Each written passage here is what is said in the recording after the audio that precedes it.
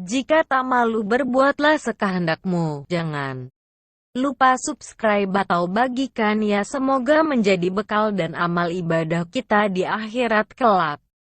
Dengarkan sampai selesai. Lo perlu dengarkan kembali sampai hati Anda tersentuh untuk tidak berbuat dosa dan menentang azab dari Allah SWT, karena sesungguhnya Allah SWT dan Rasul para utusannya sangat-sangat menyayangi kita.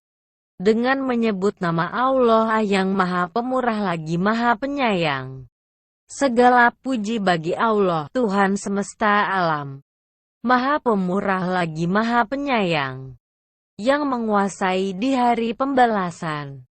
Hanya Engkaulah yang kami sembah, dan hanya kepada Engkaulah kami meminta pertolongan. Tunjukilah kami jalan yang lurus, yaitu jalan orang-orang yang telah Engkau beri nikmat kepada mereka. Bukan jalan mereka yang dimurkai dan bukan pula jalan mereka yang sesat.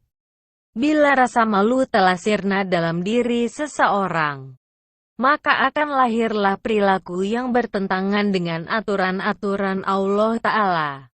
Seseorang akan terang-terangan mengkonsumsi makanan yang haram karena tidak memiliki rasa malu lagi terhadap larangan Allah. Seseorang sengaja meninggalkan sholat karena tidak ada lagi rasa malu di hadapan perintah Allah. Seorang wanita akan mengumbar auratnya lantaran tidak ada lagi rasa malu yang menyertainya.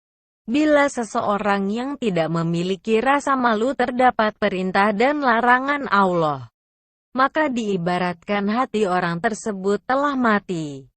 Menurut penuturan Imam Ibnul Qayyim Al-Hayya, rasa malu diambil dari kata-kata hayat, kehidupan. Sehingga kekuatan rasa malu itu sebanding lurus dengan sehat atau tidaknya hati seseorang. Berkurangnya rasa malu merupakan pertanda dari matinya hati dan ruh orang tersebut. Semakin sehat suatu hati maka akan makin sempurna rasa malunya. Bila rasa malu telah sirna dalam diri seseorang, maka ia akan terdorong untuk melakukan perbuatan sesuka hatinya, tanpa memperdulikan larangan. Sebab tidak ada lagi rem baginya. Dalam benaknya terpampang slogan, serba boleh. Benarlah apa yang disampaikan oleh Rasulullah Shallallahu Alaihi Wasallam. Sesungguhnya di antara kalimat kenabian pertama yang sampai ke tengah-tengah manusia adalah, jika engkau tidak malu, berbuatlah sekehendakmu. HR, Bukhari dan Muslim. Saking pentingnya rasa malu ini, Rasulullah Shallallahu Alaihi Wasallam mengkategorikannya sebagai bagian dari iman seseorang. Rasulullah Shallallahu Alaihi Wasallam bersabda, iman itu ada 60 lebih atau 70 sekian cabang. Iman yang paling utama adalah ucapan la ilaha illallah dan yang paling rendah adalah menyingkirkan gangguan dari jalan. Sedangkan malu termasuk cabang dari iman. HR Bukhari dan Muslim. Ibnu Abbas mengatakan, rasa malu dan iman itu satu ikatan. Jika dicabut salah satunya maka akan diikuti oleh yang lain.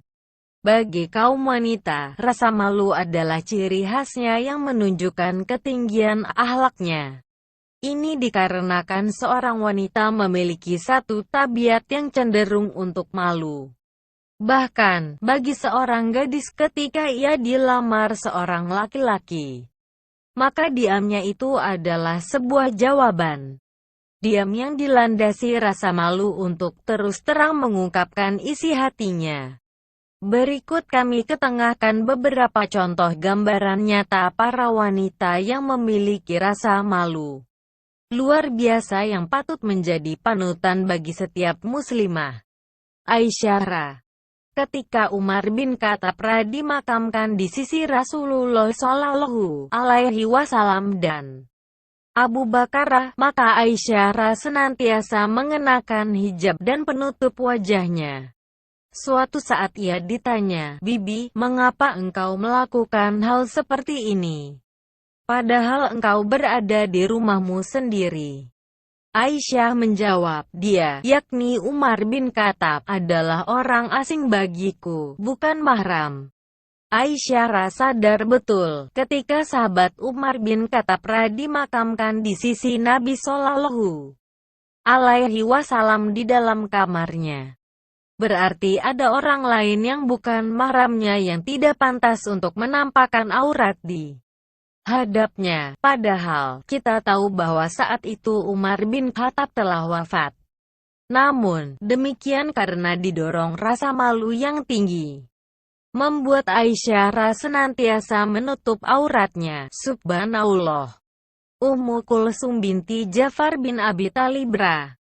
Suatu hari, Ummu Kulsum binti Ja'far bin Abi Thalib, yang saat itu berusia 5 tahun, menemui Amirul Mukminin Umar bin Khattab.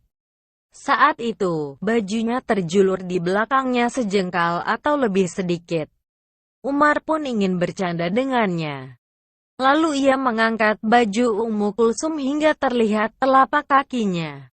Maka, Ummu Kulsum berkata, sekiranya engkau bukan Amirul Mukminin, sungguh aku akan memukul wajahmu.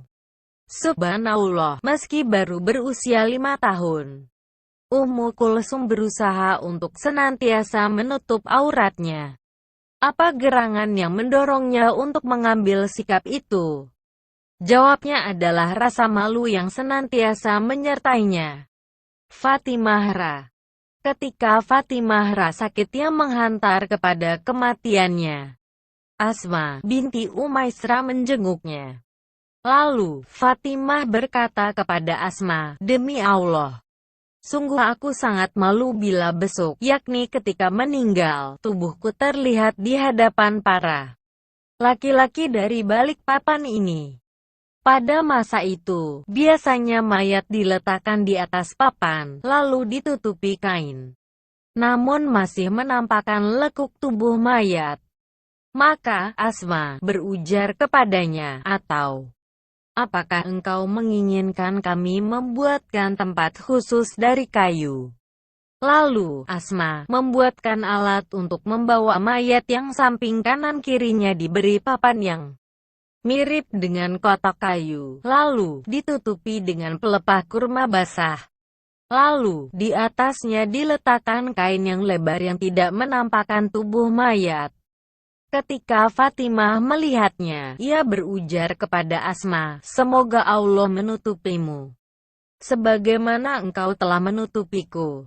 Subhanallah, sebuah kehati-hatian yang luar biasa.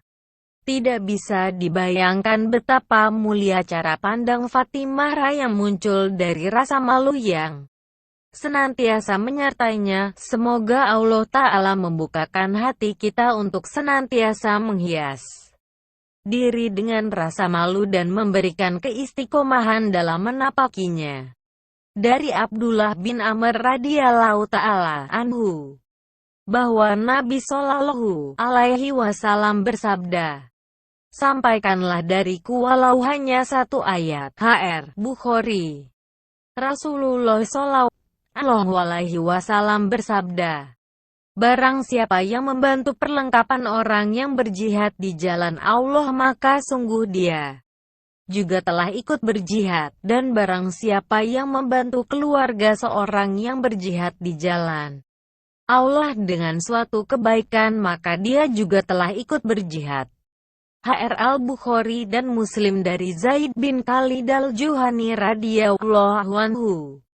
Barang siapa yang menolong orang lain untuk melakukan suatu ketaatan kepada Allah, maka dia akan mendapatkan pahala sebagaimana pahala orang yang melakukan ketaatan tersebut, tanpa mengurangi pahalanya sedikitpun. Syarh Riyadhis Shalihin 2/375. Ya Allah, berikanlah manfaat atas ilmu yang Engkau ajarkan kepada kami serta ajarkanlah kepada kami ilmu yang bermanfaat. Dan mohon tambahkanlah ilmu kepada kami. Berikanlah kemudahan untuk mengamalkannya. Semoga Allah menambahkan taufik dan kebenaran pada kami dan Anda.